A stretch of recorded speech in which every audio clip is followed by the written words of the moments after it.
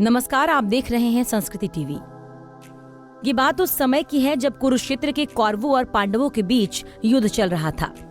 पितामह भीष्म कौरवों की ओर से युद्ध लड़ रहे थे, लेकिन कौरवों के सबसे बड़े भाई दुर्योधन को लगता था कि भीष्म पितामह पांडवों को नुकसान नहीं पहुंचाना चाहते।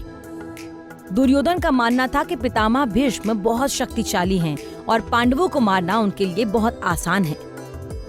इसी सोच में डूबा दुर्योधन भीष्म पितामह के पास पहुंचा।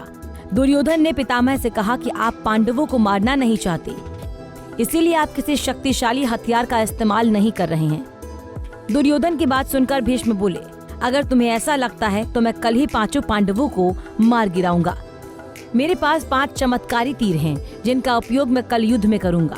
भीष्म पितामह की ये बात सुनकर दुर्योधन बोला, मुझे आप पर भरोसा नहीं है, इसलिए आप ये 5 चमत्कारी तीर मुझे दे दीजिए, मैं इन्हें अपने कमरे में सुरक्षित रखूंगा। भीष्म ने वो 5 तीर दुर्योधन को दे दिए। दूसरी ओर श्री कृष्ण को इस बात का पता चल गया। उन्होंने अर्जुन को इस बात की जानकारी दी।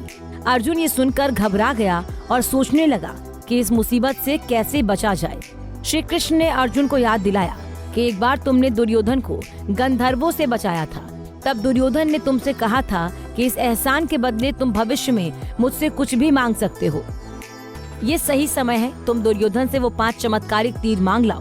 इसी तरह तुम्हारी और तुम्हारे भाइयों की जान बच सकती है। अर्जुन को श्री कृष्ण की सलाह बिल्कुल सही लगी। उसे दुर्योधन का दिया वचन याद आ गया। ऐसा कहा जाता है कि उस समय सब अपने दिए गए वचन जरूर निभाते थे। वचन तोड़ना नियमों के खिलाफ माना जाता था।